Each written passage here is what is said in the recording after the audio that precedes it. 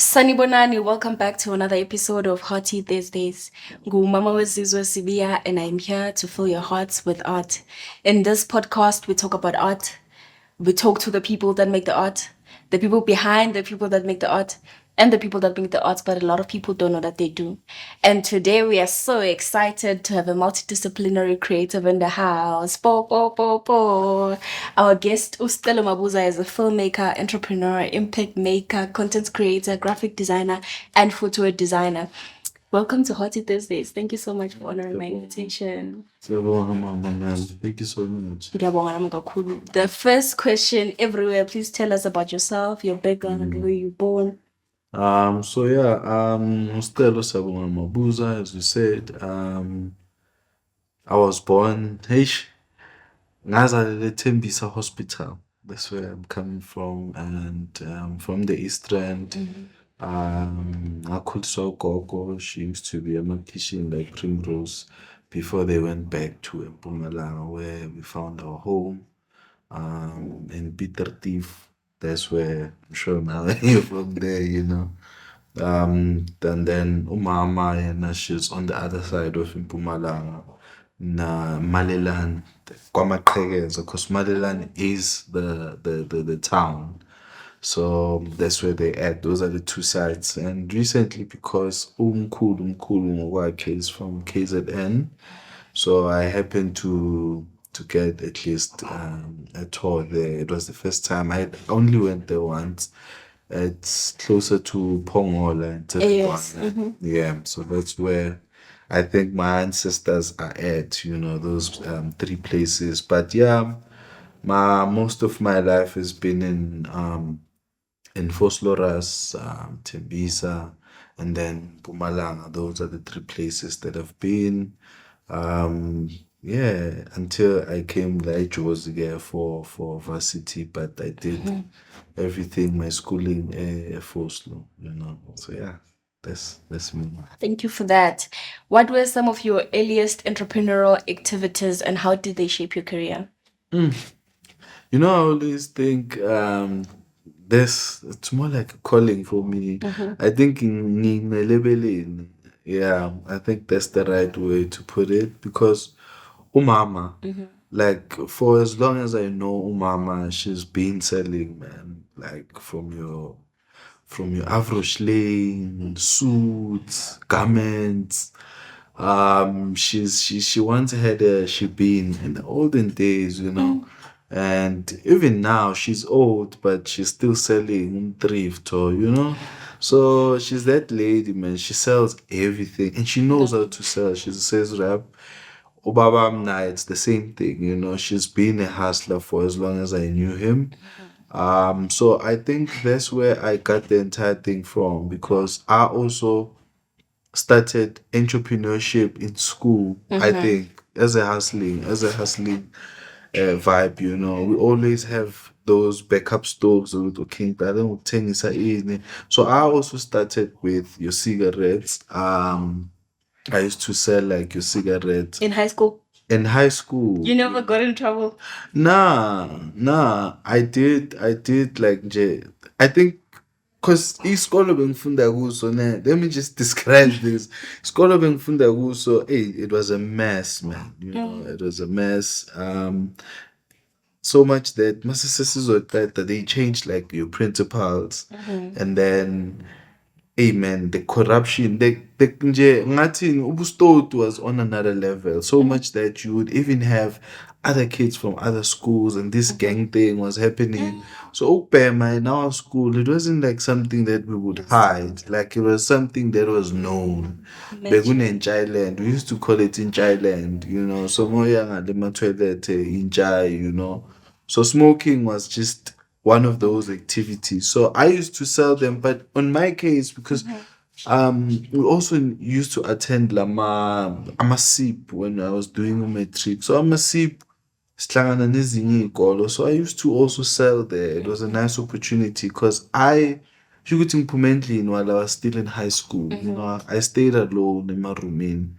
And that's when I experienced, like, I think the real life or the real side of things of life. Because where I was staying in Rumini, I didn't have a two-plate nyana or any stove.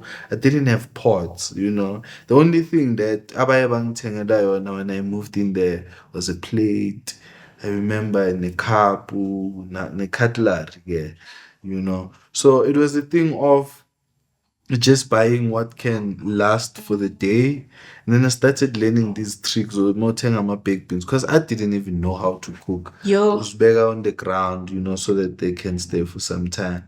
But now to understand that ukphila for a month, you need financial income. Noma ngathi ngikuphi 200, it wouldn't last just because you're in high school. It wouldn't last because you've got certain things, you know, certain habits, you know. You're still a teenager for heaven's sake, you know. Yeah. So now hustling has been part of my life where I need to sell meleng pande majiteni and nalobu stotinyana bis now. But it started there when I went to varsity, because I studied AUJ. When I went to varsity, the selling of cigarettes was a normal thing then. Mangfike building in, they just sold ukwai, you know. And the first time I saw this book hustle beyenzakala in varsity, I didn't even have to. It was a no-brainer, you know. I just jumped into it with no doubts. Where were you getting your books? So what we used to do is because a lot of students are broke, that's a fact. Abanamali, abasebenzi, you know. So but they want money. The cost of living is no longer the same, you know, because there's certain interest that you have, but they are ashamed of being looked in a certain way. So the selling of books, everyone knows Evasi Tuguti. Um, a year uses the same book for as long as you can think of, even if normally last edition, but the content is the same, you know. So if you're in first year, the same book unless it's phased out. So we would get people like Abu Mama who are ashamed of selling their books or being seen in a certain way. You'd come to me and say, "Oh, Stella, can you sell my books?" We negotiate from there. Then you Okay, take a commission. if I sell, yes, I'm gonna take a commission, or I buy it from you and then sell it higher. But little business, hey, it was very, very, very hectic because hey, yeah, I think there you start learning how, like, Uguti, money is not really. Some people say money is the root of all evil. I think that kind of say, even though it's not a good say to live with, but there I think it applies because you get access to a lot of money that is not yours. And you know, I'm a student, and then you start now, ish, so that double crosser and all of that. Maybe 30 game, let me just say that, but it was legit. Yeah, but so I jumped into that. I even sold this fan like your weed, nan. So I used to be that guy, you know. That's interesting. I wish I knew about that one figure. I knew that. I didn't even know that, okay, it's an institution, there are other institutions and some I didn't really understand. Like it was like high school. Like I that's how I thought of it. Because even my parents would ask about the principal and there's no principal. So that's how I also kind of viewed it as they did. But yeah, please tell me about Homegrown Shandis. Homegrown Shandis. Hey, Homegrown Shandis was, I think, our late baby that we created because there's a number of businesses that I've been part of. So Homegrown Shandis was the later baby that we created. Homegrown Shandis was founded in 2018. The idea was to create a home or an organization that will try and test this idea of collaboration because there was a moment where we would hear people talking about collaboration, this. And not when we speak about collaboration, it will always reference your Indians, Jews, and stuff like that. It wasn't always our people that we were referencing because it's something that we were not really used to. It was a bit far fetched, you know, from us. So as a result, we some kind of an ecosystem where we can have a value chain. All of whatever that we're looking for can be found in one space. We're also tired of the what do you call it? Like the excuses, you know, when we would hear people talking about the lack of markets, the lack of funds. Your government doesn't do this and that and that, you know. So we didn't want to wait for all of these things. We wanted to at least initiate something. So hence we were like, you know what, let us give birth to this baby and test this collaboration business model. So it made sense for us because we are in fashion industry, right? Mama Kia was creating shoes, Pex is creating shoes and apparel. African Timepiece is creating a timepiece from the concept of his pandla. So we came together with that mindset to say, you know what, can we cut the cost by sharing, you know, all of these costs equally? Can we have something where when we get an opportunity, we make sure that we distribute amongst each other? So it's like getting an opportunity, trickle down the benefits. That was the idea behind the entire thing. And because we've got this crafted product, it would make sense for us to create a retail platform. So Homegrown Shandis started as a retail then to practice this ecosystem, right? To practice this idea of collaborating. So that's where it started. But over the years, because we believe a lot in human-centered design, we would get like a lot of feedback from our customers, then go back to our drawing board and try to, you know, remodel the entire thing. Hence, Homegrown Shandy started to become, you know, a standalone business. Yes, the retail part is there. The collaboration is still there, but now we started now creating things like your school, teach young people how to make shoes because that's the industry we are in, and there's a big gap in the industry. So yeah, in a nutshell, that's what Homegrown Shandis is. Basically a home for creatives, you know, trying to just push the Afrocentric narrative. That's very inspiring. I believe in community. I believe in collaboration so much. I believe like me the way I am in my life, all that I know, all that I've learned, it was through collaboration and through other people. Because you can always learn something.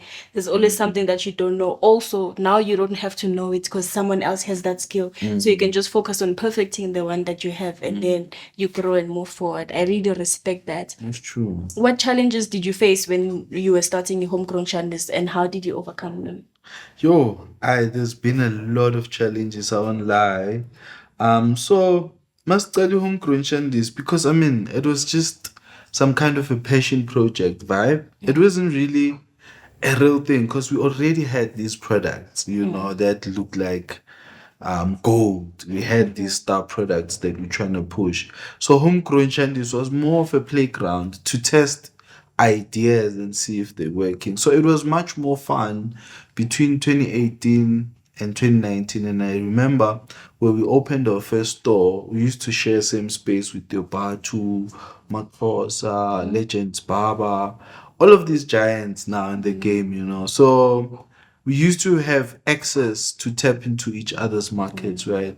I remember Ibatu came in New Town at the workshop the same time.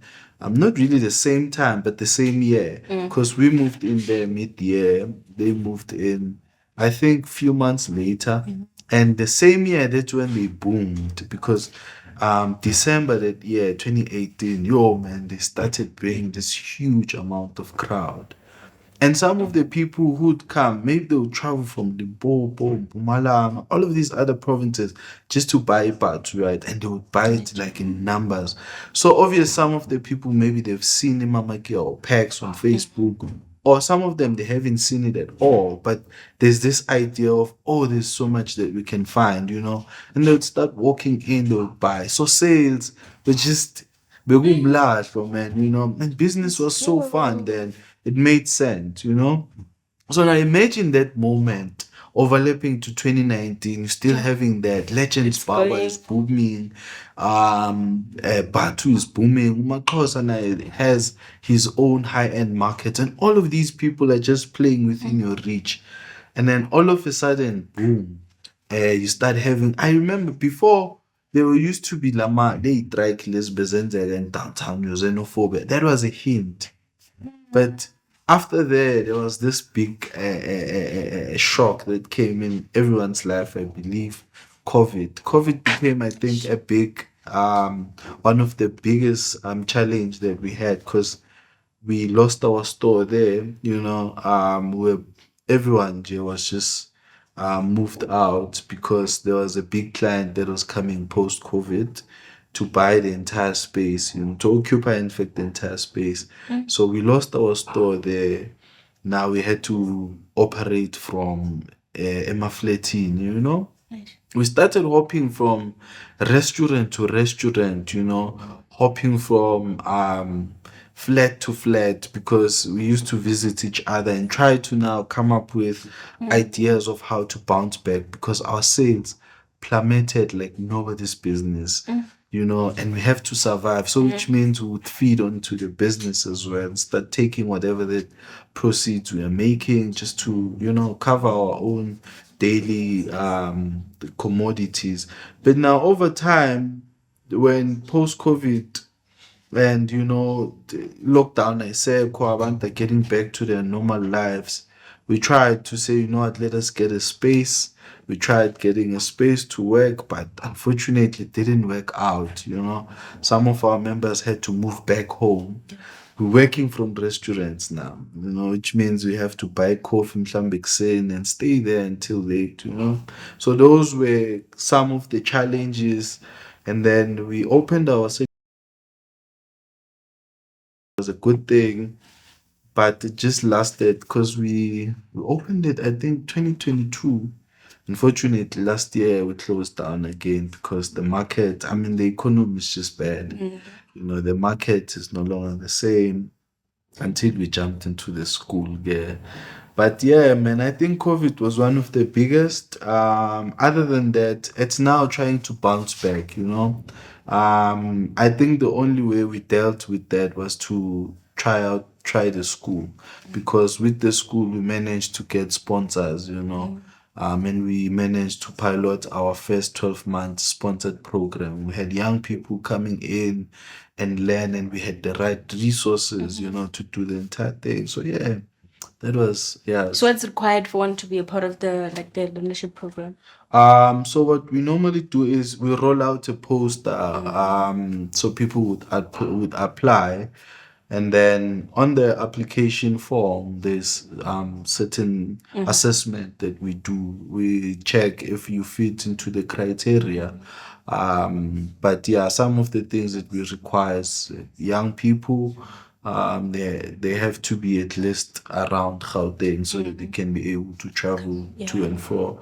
And then yeah, and it's predominantly, people from disadvantaged backgrounds. So those are the people we're looking for. But recently, we're opening up for youth, specifically, youth, women, and people living with disabilities because we've had contact from organization. Last year, when you rolled out a poster, we had about 1,300 applicants, and some people are outside of the province.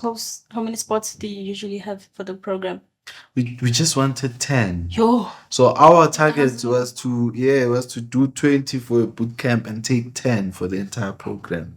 We weren't expecting a big number, but now to our shock, and not so long when I was doing checking on social media, on Google, what's going on in Homegrown Shandis. I saw that it was even posted on job seekers. I didn't even know that, It was just everywhere. The poster was everywhere, And we had people, some of the people that were part of the boot camps and the cohorts, they traveled from Limpopo, looked for rooms like it was just to attend. But that showed us there's a huge demand. And there's a need, huge gap, man. So the skill deficit thing in South Africa, it's not just a PR stunt or a joke. It's there. It's real. People are looking for skills. People are just desperate for anything. And what they need is practical skills because they know they can survive with that. And we've got the numbers, we've got the data to prove that, because we've tested. And it showed, man. We were receiving calls from organizations wanting to partake into this, There's another lady, she has like a huge database of people living with disabilities.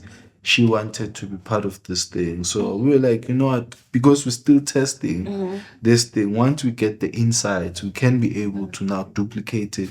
Even people from Northwest, other provinces, man, people just wanted to duplicate the blueprint. So That's really dope, because like when you have a skill, you have something to offer. Like you're not just looking for a job, any job, but like you have something that you can offer. Now you can even try in your own capacity to do something with it. So this is really dope. I really respect that. What inspired the name Mama Kia? hey man, Mama Kia, ish, you know people mabe abazothenga kithi, they always look for ubani Mama Kia. You know, so yeah, Mama Kia is a brand. It's not really a person.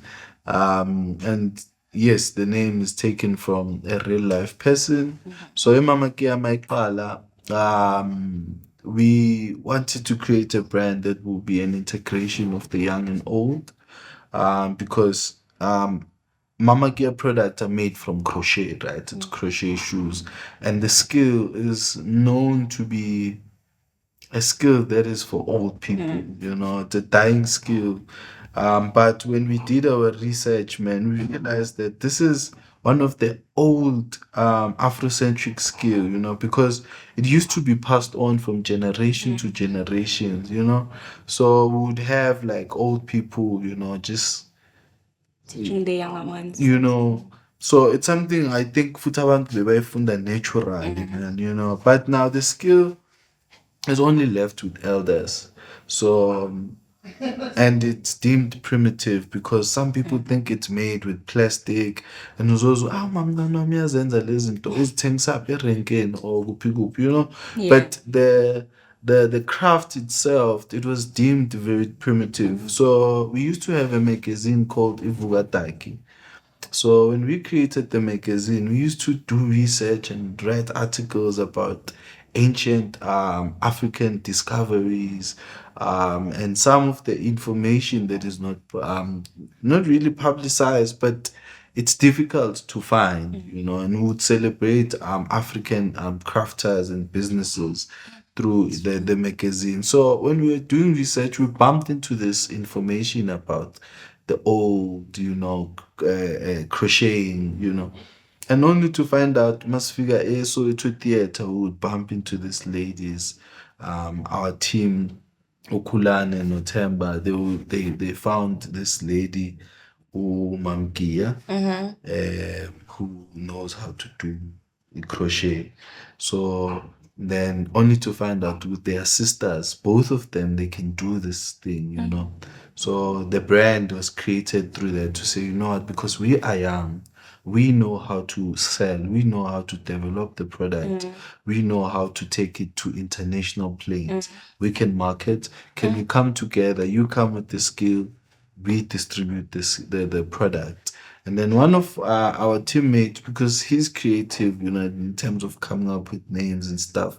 So he was the ones like, you know what, because we're also celebrating our mothers through the craft, to celebrating Africa. In fact, we can call it Mama Kia. That's how, you know, the name, to celebrate our mothers, a brand that will symbolize hope and, you know, happiness and love. Hence the brand, the slogan of the brand is Mama handcrafted with love and passion, you know.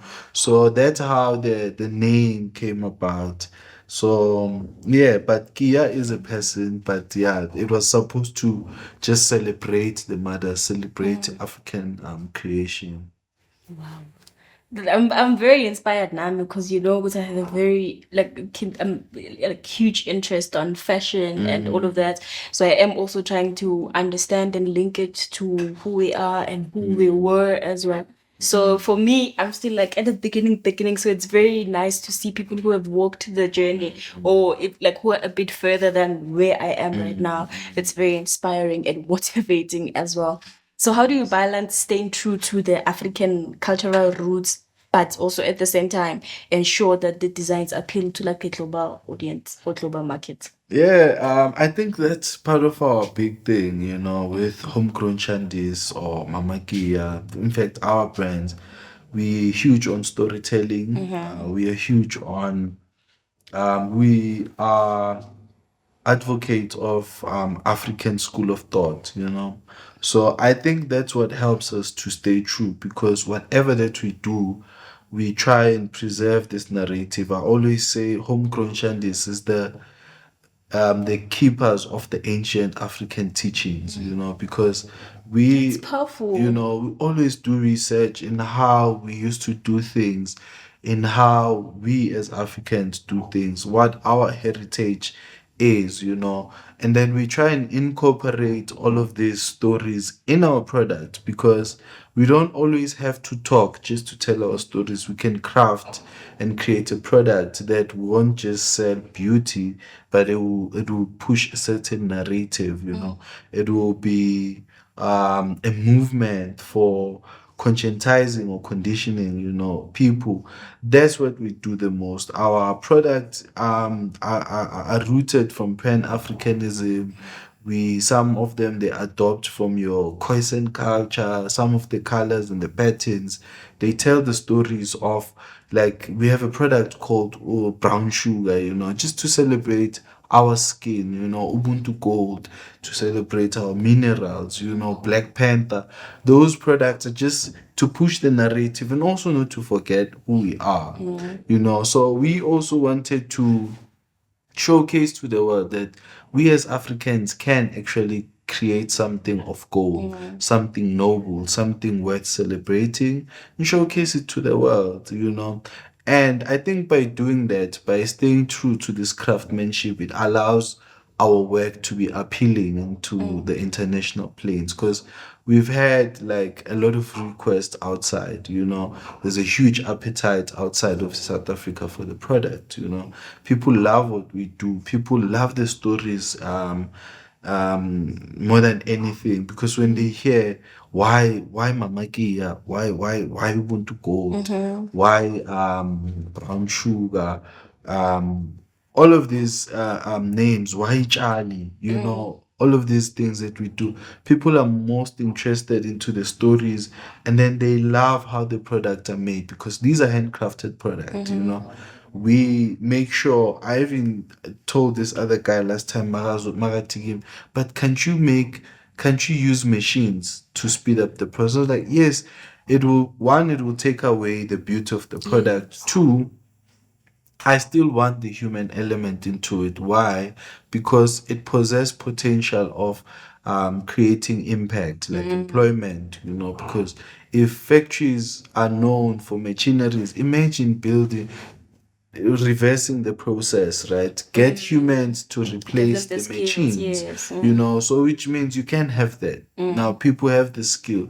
Now people can be able to at least get means of income, you know, and feed their own families and all of that.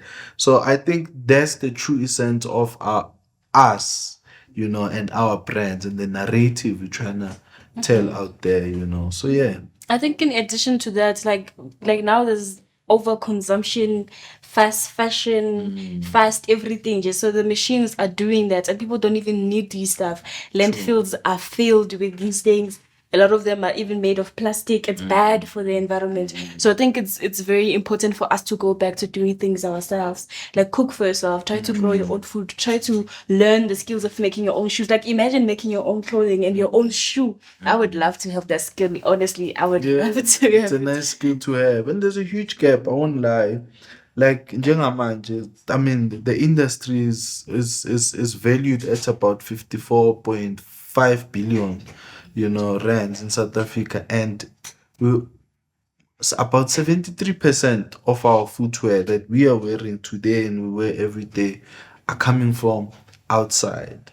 So which means about 30 something percent or 37% of the shoes are made locally. Some of them, it's not really the making, it's the distribution, you know, locally. So there's a very insignificant number of us partaking into the industry. And then most of these shoes are coming from China, you know, which comes to your point, the mass production, you know, this fast fashion thing that is happening. People at the end of the day, they don't even know what to do with this product. And then they take the same product, but landfill side. Because some of these products are made from materials that are not really good, not biodegradable. Is it polyester? 200 years. Imagine. Before it, like, what are we doing? Like, so can we get to a level where we source our local material? Yes. Can we use our local artisanal skills to come up with innovations, man? We don't have to always rely on what the market direct us. Can we for once influence the market as yes. well? You know? Because we have the power. We are the consumers. We are the ones who should actually determine that. What was it like seeing your designs on, like, for the first time on well-known celebrities, and how did that affect, like, your brand's visibility? Hey, yeah, man. It's always interesting too, because I mean, I think that's one of the goals when you start a brand. You know, you want to always have some kind of celebrities to rock your product. Why? Because I mean, those same celebrities will push the brand. It's good for PR, it's good for marketing. So it's always good to have that in the beginning. And I won't lie, association wise, it makes you feel that, you know, my brand is important. You know, they recognize it too. There are people that see this thing for what it is, you know. We don't even have to convince them. For the fact that an important person would voluntarily want to wear it, you know. Some of them even want to buy it. That says a lot with whatever that you're doing. It's more of a promise to say you're in the right path. So, but also at the end of the day, there's another statement that I once heard from one of my customers. There was an era where Pex Anisha is part of Homegrown Shandis, was dressing Questa, right? And then obvious now people would tell us, hey, I saw Questa rocking your products, da da da da da da. So there was that hype around our product, you know, and celebrities wanting to, you know, to rock them and stuff.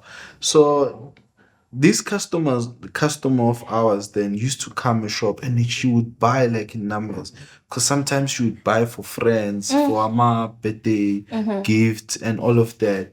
So we were delaying to push the order, like, and I think about 10 watches. And ngaleso sikhathi, each watch was about $2,000 a 10-piece left. So you can imagine how much she popped out, you know, for all of these products. And by that time, the delay was happening. There was a lot of things happening. It was December 2018. Can imagine just pity was corner with the part, you know.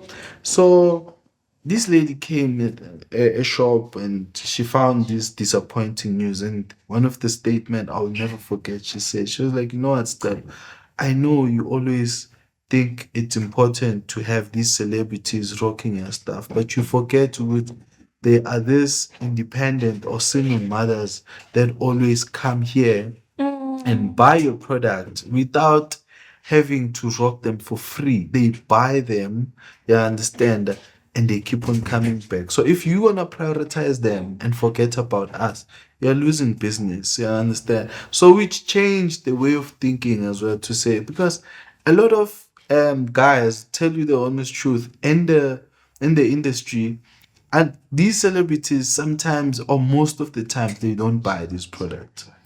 In fact, most celebrities, they don't see themselves buying our product. I don't know why, you know. We would have to at least force them to rock our product, or ask them to rock our product, or you get someone to say, you know what, I can get you this artist to rock your product. But it's sad sometimes because you don't even see them in the spaces where they're supposed to be and rocking. It was nice to see Quest on TV rocking. Me now, I was super proud. I was like, this is a guy who understands what it means. Because even the first time I was with Tolly Prada, he was like, you know what, niphuma phi, I understand, like, no, siphuma eCatoras, mina ngiphume eFoslo, you know, amajita aphuma eRonderberg. So like, almost niphume eKasi. Yo, yeah, and their relationship was built. He started rocking this product, you know, unashamed, you know, unforced, because at TV, to a certain extent, someone must say rock this. But he rocked my performance on your on TV, rocking ama sandals, his sport. So that the kind of relationship I think that we need. Because if you are able to notice, what you know, what these people, they need the business, they need to be shown and stuff like that. Or at some point, if I give you a product that is valued at, you know, whatever amount, and say, nah, product, at least you can do, you rock again, show it on your social media because you have the following. But they have this narrative of wanting to look Western and very expensive in a Western way, and they would buy that, you know, and give these big brands free marketing, which is not a bad thing. I mean, that's what the big brands have done, which Mark Foster spoke about it recently. Would you know what? He wants to be in the level where they need to see themselves in the product, not to be forced, which is a good statement. I also think that it's important, but I'm just highlighting on the fact that, you know, this celebrity thing rocking the product, it shouldn't be a big thing. It should be a thing where even celebrities should see that it's high time now to associate themselves with your With this brand. brand, yeah. It's you are touching on very important things, even what that lady said, because you can't forget like the people that have been with you to this far. So you've been building, and there were no celebrities, there were no Exactly. spotlights and whatever, and there were people who were consistently believing in you, and then now when you make it, you like, yeah, no, you're not gonna, it's not gonna stay for long if you do that, because you can't drop the people that you started with. Can you share some of the awards or nominations and recognitions that you have received, and what do they mean to you? I think among nominations is that we were part of. I think it was FOIA. Yeah, last year we were nominated with FOIA for manufacturing. I think Senkotli were the other ones, you know. But that's the only nominations that we were part of. But yeah, otherwise it's always been just business and media coverages. So I wanted to ask Uguti, like how does one approach, so like publications, blogs, articles, and all of those things, like when you're building your brand and you feel like now I'm at a place where I can put it to the world, like what channels do you hire a PR person? Do you collaborate with a PR agency? Like how was it for you, or how did you get it? Um, yeah, I think it's important to build the groundwork. Ngoba most of the times, if I were to go and look for bayibizani into le, like maybe try and get an editorial into not really an editorial, say an advert, you know, into a magazine, it becomes expensive because that's like promotion or advertising. Same thing in TV or radio, you understand. But when it comes to PR, you know, to at least to be covered, to get an editorial, so meaning, you know, they write an article about you or featured in a radio and talk about your business the same way I do here. I think it has to do with the groundwork more than anything else, because there's something with Tyler said this other time on some video that I bumped into on social media. He was like, you know, the people are watching. Don't ever think that people are not watching. So People are watching, you know, just because you have 2 views or 2 likes, it doesn't mean that people are not watching. Whatever number that you have, there are people that see this thing, you know. So he even made an example, but which is some of the thing that I've learned in the game, that, you know, people are always watching, because most of the media coverages that we've got through the process of our business, it wasn't us, you know, having connections or going to this place, or ubani was ubani. It wasn't that thing. It was them reaching out to us, you know, because of the amount of work that has been done so far, you know. Social media, I think right now is a game changer, because that's one platform we get to advertise and promote our product for not really free, but cheaper. Yeah, I understand. I think that's the right word. In an affordable way. Even if you don't have big funds, you can still afford to be on TikTok or Facebook or Instagram, we can afford to have a bit of data or to be in a space that has Wi-Fi and start pushing our businesses.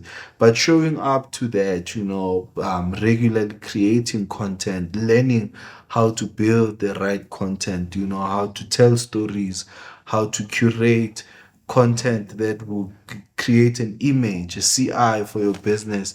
It attracts the right people because the messaging now gets to the right people. Even when you start to do paid ads, it targets the targeting gets to the right audience, where at the end of the day lands into the right people who are going to get your contact and be like, hey Sicelo, I saw the shoes that you guys are doing.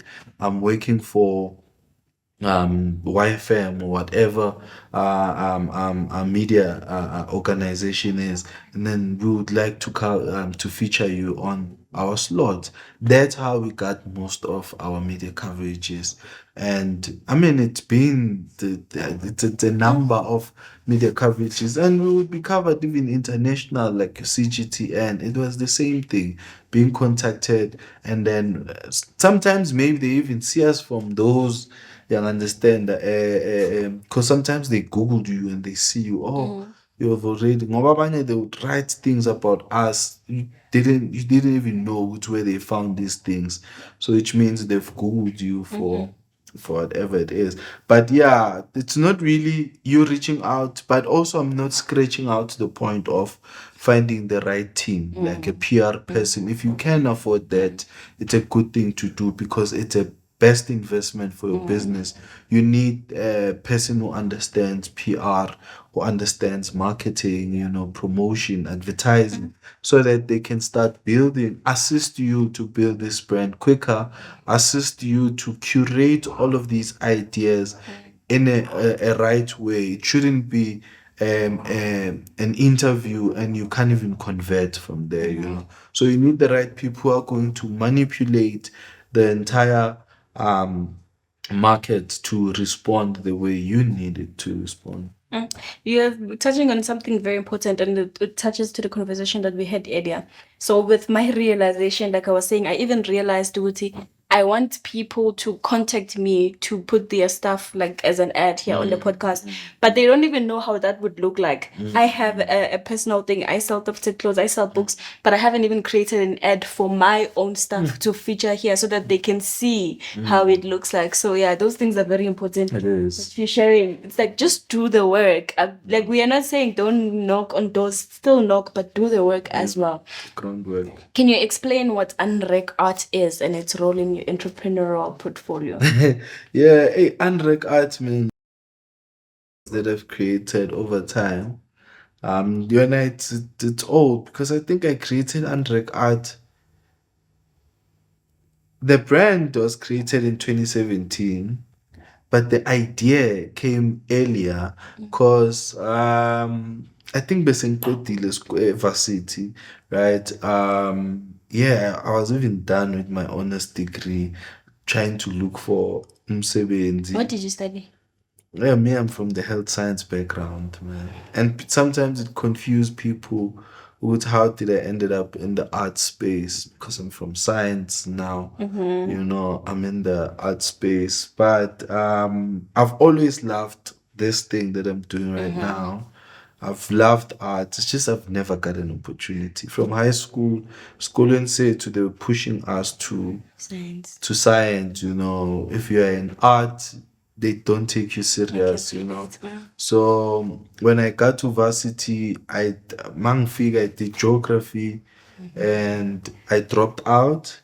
When after dropping out, I wanted to go back to start. I saw that I wasted a year, and then I went to the art department, just wanting to do anything from art. But I applied for architecture that time, so I wanted to do architecture, and then they started telling me about portfolios. I was like, you know what? Give me a test now to prove that I can be able to do whatever that you want me to do. And then they told me, you know what, no, uqale FET. They advise go start in FET and see if you can have a bridging. It was just a confusing thing. I was like, no, it's fine. That's how I ended up now on the other side of the spectrum. But yeah, in terms of unrec art, it was after yonke lento le sengiqedile esikolweni. Now reality is here. You have to find a job, you know. So what we used to do was even no, it was even before. It was before honestly, after my degree, I took a gap year looking for a job. Ngoba I remember I used to squat nje, you know, there and there. And then most of the time, bengihlala my partner, my girlfriend, you know, I used to be there most of the time because yena bekasesibhedlela and they had accommodation there, right? So this other time, and I used to smoke weed by that time, you know. And there was this time I was feeling good, you know, like I'm just nicely high, man. Facts, Or, yeah. you know, on my way back to Endlini, and mang seteksini, this idea started coming. Most of the time, vele bengiba one mang hustle and do things, and I would think a lot. This day, Mara, it was so special because I was feeling good. The sun was out. You know, it was one of those days. You know, and mang hamba ngeteksi, I started now. You know, checking a window and ngithanda nokuhlala window and having my headset on, and then ngibona amahobo, you know, on the street, like each and every corner how they beg and ask for money in. So I'm thinking, basically left forth back. I see these guys are wearing full attire, yama Muslim, right?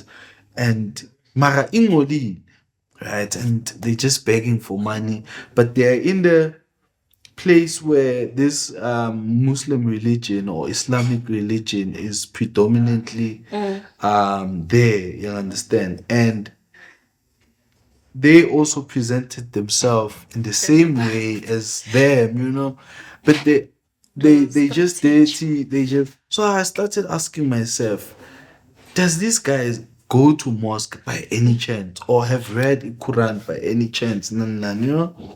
And those questions pose another question because as we move along, we see other people. Amanye amahobo endleleni, amanye bayarecycla, phethe iplastiki, ufuna ukudropa, omunye uyacela, omunye but whatever that they were doing on all of these corners, it just posed this interesting idea to me. I was like, what are these people doing? This seems like some kind of a system. It is art, but what kind of art? Because it is well presented, right? And it's for financial gain. And they do this thing daily. You understand so much that they don't even have to think about it. But what kind of art would this thing be? Then I was like, it would be con arts. No, con arts seem like stealing, but it's unrecognized art because it is art, but no one is recognized. That's how the idea of unrec art came about. And when I got home, this same thought, I started writing some kind of a journal. Oh man, this is what I encountered. I wrote all of these thoughts, and then I started developing these articles, the unrec art, and then I created a website along the way. And then after some time, I guess in Shawi unemployment after my honors, that's when I gravitated towards promoting local brands, but that didn't really stick. And then I created this brand where I have young people, man, just say we're doing graphic design, we serve clients, we do videos, we do. So it became my baby, my passion baby, where I fulfill what I really love, what I'm passionate about, what seemed to be a career if I were to venture into a professional space, you know. So yeah, and rec art now became that thing where I just do my films, I just do my graphics, my photography. I train young people because I've had people from your after where I mentored, you know, Damelin. I've mentored a lot of guys get from Damelin, you know. Some of them are even working on, you know. Wow, that is you. Yeah, no, you've been doing amazing stuff. What is the Journey Journal about, and what inspired you to start it? So Jenny Jenna is actually from the film side of things. Joe being Shilo, I'm passionate about storytelling and film. So last year I lost the equipment there. Last year I sold it, all of it, from your sound, cameras, and all of that. So after that there was a void because even my team was like, "Kuphela kanjani unyaka singakashoot anything." So I wanted to create something, but now I don't have equipment. So I ended up saying, you know what, let me use what I have to test. Being engine. And then I took you another phone layer, the camera is very old, 880 Samsung. I was like, you know what? Because the only thing was left was my tripod and my Zoom recorder, because this is into that I held on to being his tender the most. So I use them get and the phone, ngafaka ama-sellotape, ngabhalansa ama-light awekho. But I tried to create something for a YouTube channel, right? I did that, and mangithole equipment from some of my friends, I would shoot, continuing with this narrative, because now I was also looking into a lot of YouTubers doing amazing stuff. I wanted to prove that I can do the same thing, I can tell stories. So I now just, continue with this Jenny Jenner idea of having a series, on YouTube. Yeah, until I got my own equipment. By then, basing developer, I think Footcast came from that idea as well, to say, I can do this thing. So yeah, Jenny Jenner is just my thoughts. Yeah, and just put them. That's interesting. And then how did the idea for Foodcast come about, and what are you aiming to achieve with it? So Foodcast, last year, being a client of mine, yabo, they one of our biggest clients that we've acquired so far. So basically, nje, a studio talking about business, nana. We ended up talking about footwear industry. So I was just telling him about all of these facts, about the footwear industry and what's going on in South Africa. And then he then said, after nje sesikhulumile sekazohamba, he's like, "Hey man, there's a lot that you guys have, and with this school, maybe you should do a podcast." Yeah, well, so that idea, podcast, I was like, man, it's a good idea. I should try it out. But now the idea, I didn't know how to structure a podcast to say, "Ish, so when I sit down and have a talk, I was like, no, let me test it out." So now, still on the camera and stuff, I took this phone of mine, ngathatha ama-mirror lapho, because I don't have light. I had to bounce light using mirrors. That was sinokubasebenzisa just to show clients. If bongabona isithombe, ama-mannequin, ngabhalante ama-mirror, and I had to be closer to the source of light. And then ngasefenstereni, and here's my phone there, and then I'm trying to record. I have the Zoom at least. I recorded, get this idea, just putting it out there. You know what? A friend of mine said this. I wanna try it out. 12 days, I think, footwear series, and see what goes on. I didn't even have an idea what to talk about, or a topic of some sort. So it just started to be a snowball effect. Whenever I showed up to a foodcast, I would have this idea. I need to do research first. And then when I do research, I would bump into interesting info. Because episode number 2 was just off. It was talking about continental, but it was history. But it wasn't that young tall until sengenza lawo amanye ama-episode where now I dive into the relationship between Africa and the history of shoes. Now that's when people started seeing this thing and love this thing. And manje besengine equipment to, just to tell stories about African history and footwear, and to prove the point that we were not primitive the way was portraying our corn, and iy'cathulo, we were not taught by Europeans how to wear shoes. That was the idea. But now, with the interest of people, they are driving, I think, the entire thing now to say, we want more. So I don't know what's the end It's goal. important work. Yeah, so I just think now I just need to create more. We do need more. What has been some of the most significant lessons that you've learned throughout your entrepreneurial journey? Yo, man. Or just one? One, man. I think it's education. See, information information is very important. Information is expensive. If you can get it cheap, capitalize, and which is one of the things that I've learned in entrepreneurship. The amount of knowledge you acquire, it's not the same knowledge you were to get in school or anywhere else. There's a lot that you learn and it changes your behavior. I myself have changed in a lot of things, habit wise. Now like I'm a routinal person. It's a studio recently, in a lot of things I cannot partake in a lot of things because of the amount of knowledge and information that I acquire daily. It's very, very important. So yeah, that's one of the biggest goals that I've Wow. scratched from. Very important. I think, yeah, information, like the right information is like more important than even than money, because it can get you the money where it comes from. You don't have to get it from someone, but you can get where that someone got it. What are your immediate goals for the professional immediate goals for the next 3 to 5 years?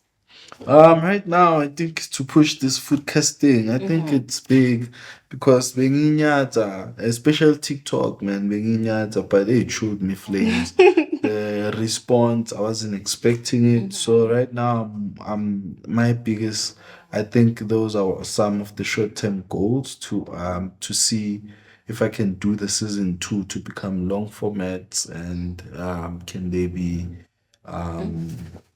like a big thing, like something that is serious and can go across all platforms. The school is one of the biggest things right now that I'm working on, and between now and 5 years, we should be able to at least have four cohorts in a month. I mean, in a year, who's on it in a month, in a year, and get sponsors from that because that's what we're looking for. We at least, if we can be able to produce 30, train 30 individuals in a year. So I think a significant number can come out of 5 years because that's gonna grow over this period of 5 years. And also get the filming, this year alone, I wanted to harness my portfolio, do a lot of passion projects, documentaries, music. I just wanted to tap into each and every space, graphics in terms of editing. I wanted to, I really want to harness my portfolio. I think those are the three things right now that are my short and immediate goals I need to attend to. That's dope. Nami, I'm trying to do that. I'm trying to see and stretch myself and see what it is exactly that I can do or that I have to offer. That's yeah. What would you say to someone who is an aspiring creative and entrepreneur? Ish. I think because there's a lot of advices out there. Hey, you just need to have a thick skin, man. I know right now entrepreneurship is and creativity is one of the biggest things in South Africa now. Looking at the how things are, we really need those two things, and they're gonna become the backbone of. I believe they are even now the backbone of our but ish man, it's just not an easy space to explore, yeah. Bro? So hence I'm saying you need a thick skin and more information. So people need to learn, people need to do research, and they don't have to follow this because we have tendencies of following success stories only, and we forget to go to there's the groundwork that needs to happen, and groundwork means showing up every day, even though born with there is no longer hope, but you still show up with that smaller nyana hope. You just need a pinch of light to remind you that you're in the right path. So I think you just need a thick skin and do more research, get more information, and networking. Yeah, because networking can help you get some of these things that you mentioned now. You get information there, and you get at least lao makamu courage. Because if you have someone who's done this thing, they can help you mitigate. Yeah.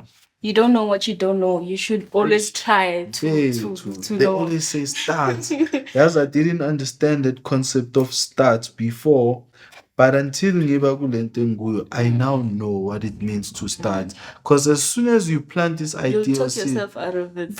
like for some odd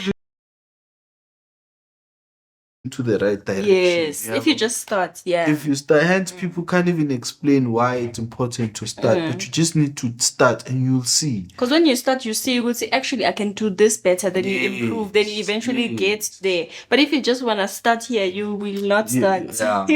You scrutinize until, but also it's a bad thing to think you can start from the top. How do you grow from there? Yeah. Which direction are you going? Where can our listeners find and support your work, whether it's Mama Kia, Homegrown, Shandis, Footcast, Jenny, general, everything, socials? So yeah, on social media, Homegrown Shandis, the Martin, like the Facebook, Instagram, LinkedIn's just Homegrown Shandis, and then on Mama Kia, there's Facebook, there's Instagram, yeah, it's Mama Kia on Facebook. I think it's Mama Kia Creation. On Instagram, it's Mama Kia Official. And then my personal account, Sicelo Siyabonga. On some Sicelo Siyabonga Mabuza, but yeah, if you look for Sicelo Siyabonga Zomthol, TikTok, the Footcast is there on TikTok. So even if you search Footcast, I think it will appear. And on Instagram, I'm there as Sicelo Siyabonga or Sicelo Siya, something like that. But Sicelo Siyabonga Mabuza, I think it's on top. Yeah, that's where you can find these things. Or otherwise, Google, man. Just Google these names. Mama Kia, Homegrown It will lead Shandis. you there, yeah. Yeah, it'll lead you into the where you need to be, you know. Oh, thank you. Today we had the multi-talented Sicelo Mabuza, whose work I really admire a lot. If you're a creative and or entrepreneur, I hope that this has helped you in some way or the other. Thank you, Sicelo, for coming. Thank you so much for watching and for listening. Please make sure that you tune in first Thursdays of the month for another episode. Please make sure that you subscribe, like, share, and comment. If you would like to advertise your product or brand, please send us an email. If you would like to be a part of our community for future or potential collaborations, do send us an email. The email is mamawezizwe creative enterprise with the double M. This is Mamawezizwe Sibia, and I hope I am leaving you with a heart full of art.